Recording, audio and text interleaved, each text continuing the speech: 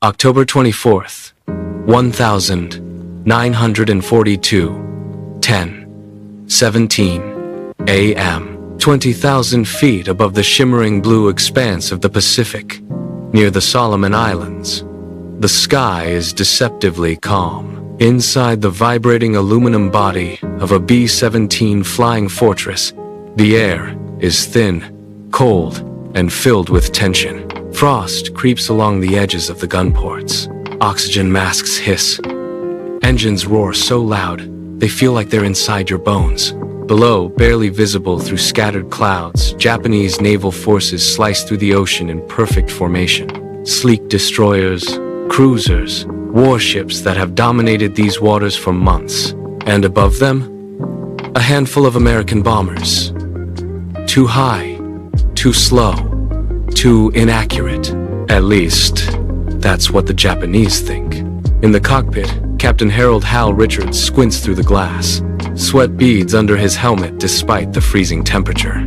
"Bomb run in 3 minutes," comes the voice over the intercom. Behind him, Lieutenant James Carter, the bombardier, lies flat on his stomach in the nose of the aircraft, peering through the Norden bomb sight, a device surrounded by almost mythical secrecy. His gloved fingers adjust the dials with microscopic precision. Wind speed, altitude, drift, every variable matters. Because from this height, one mistake means the bombs will miss by miles. Below, on the deck of a Japanese cruiser, sailors look up. They see silver dots in the sky.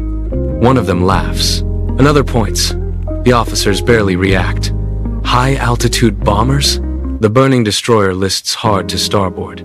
Black smoke coils into the sky like a signal, violent, undeniable.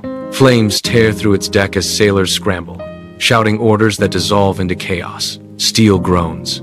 Ammunition begins to cook off. And surrounding it, the rest of the fleet breaks formation. Not out of strategy, out of shock. On the bridge of a nearby Japanese cruiser, Commander Hiroshi Takeda grips his binoculars so tightly his knuckles whiten. His eyes don't leave the dying ship. "Direct hit," he mutters.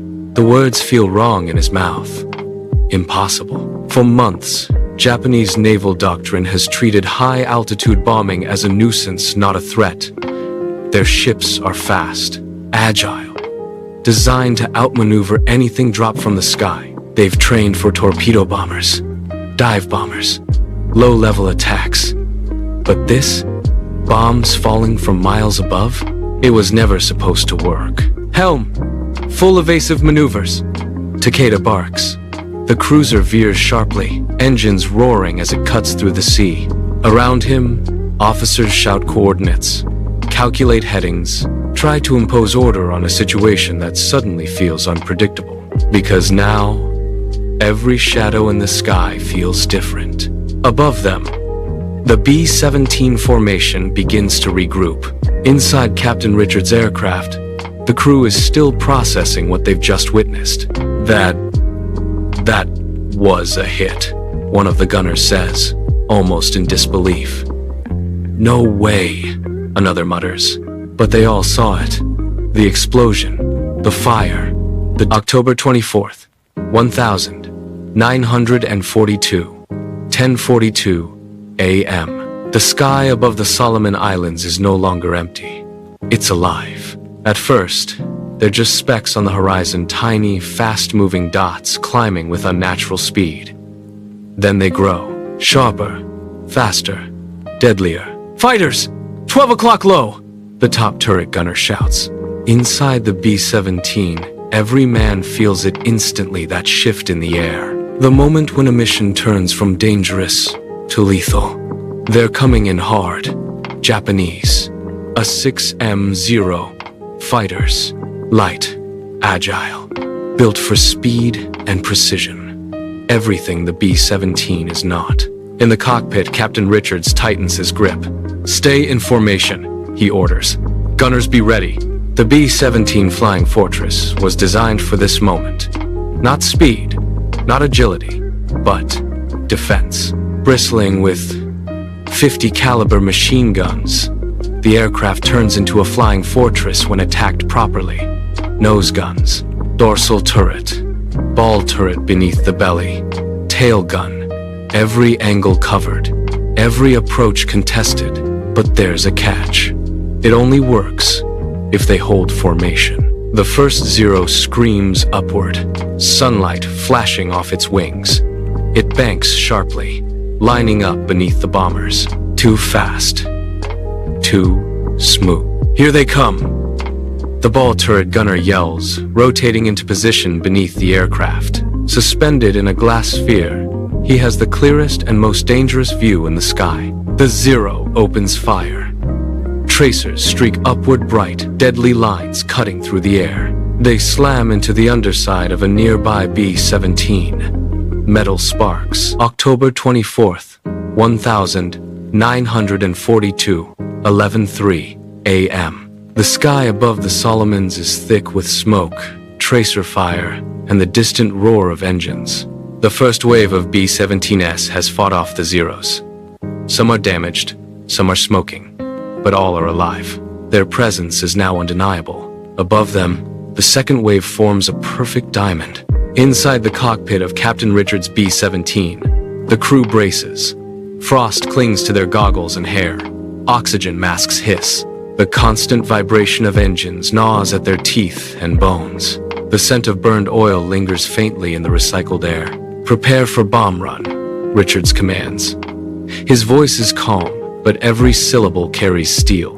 Carter, you're up. Lieutenant Carter rolls into the nose, hands adjusting the Norden bomb sight like a surgeon readying scalpel and needle. The previous runs have proven something extraordinary. Accuracy is no longer an abstraction. It is a weapon. Below, the Japanese fleet struggles to regroup. Smoke rises from damaged cruisers and destroyers. Their formations are shattered.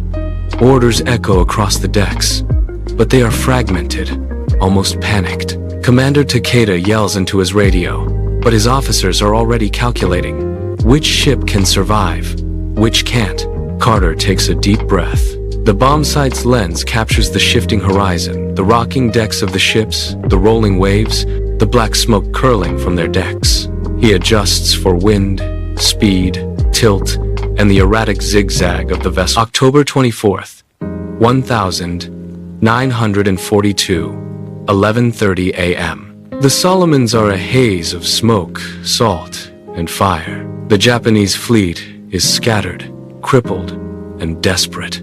Each ship that moves feels exposed, vulnerable to a sky now dominated by American bombers. Captain Richards' B-17 banks gently, cutting through the turbulent air. The engines vibrate in perfect rhythm, a constant reminder that these flying fortresses were built not just to carry bombs, but to survive the impossible. He looks over the formation. Gunners track any movement. The sky is eerily quiet in spots, punctuated by the distant cracks of flak and the rare hum of a surviving Zero. Carter, Richard says, voice steady. Take a look at that destroyer cluster to port. They're trying to regroup. Ha! Carter adjusts the Norden bomb sight. His eyes narrow. Sweat runs into the corners of his goggles.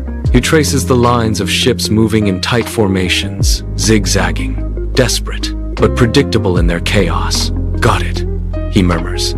We can hit them all if we stagger the runs, one after another. Below, Japanese sailors brace. Some fire anti-aircraft guns with grim determination. Others simply cling to railings, white-knuckled, watching bombs descend from above. The earlier confidence is gone. It's replaced with a raw, almost primal fear, the realization that the sky itself can now strike with deadly precision. B-17 releases its payload first. The bombs tumble through the air, slicing the thin Pacific wind. Time stretches.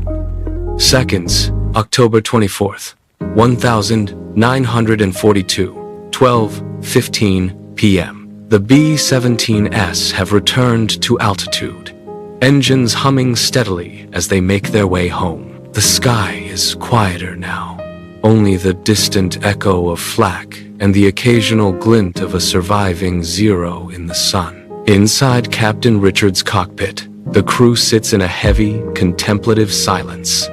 Frost clings to goggles and helmets, Every man knows what they just accomplished. Not just the destruction of ships, but a paradigm shift in the war above the Pacific. Lieutenant Carter leans back, rubbing his frozen hands. "We actually did it," he says. His voice carries disbelief. "We hit moving ships from 20,000 feet, and they couldn't stop us." Richards nods slowly. "We proved something today.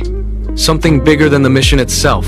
From up here, the sky isn't just the limit, it's the advantage." Below them, the scattered Japanese fleet limps towards safer waters. Fires still rage on several ships. Smoke trails mark the final paths of vessels lost to precision bombing. The psychological toll is visible. Exhausted officers pacing decks, sailors staring skyward with fear, communications frantic, and confidence shattered. The myth of invincibility, the illusion of untouchable naval supremacy is gone. In the months that follow, the B-17 Flying Fortress becomes more than a bomber. It becomes a symbol, a tangible reason for hope among American forces, and a source of fear across the Pacific. The accuracy of the Norden bomb sight continues to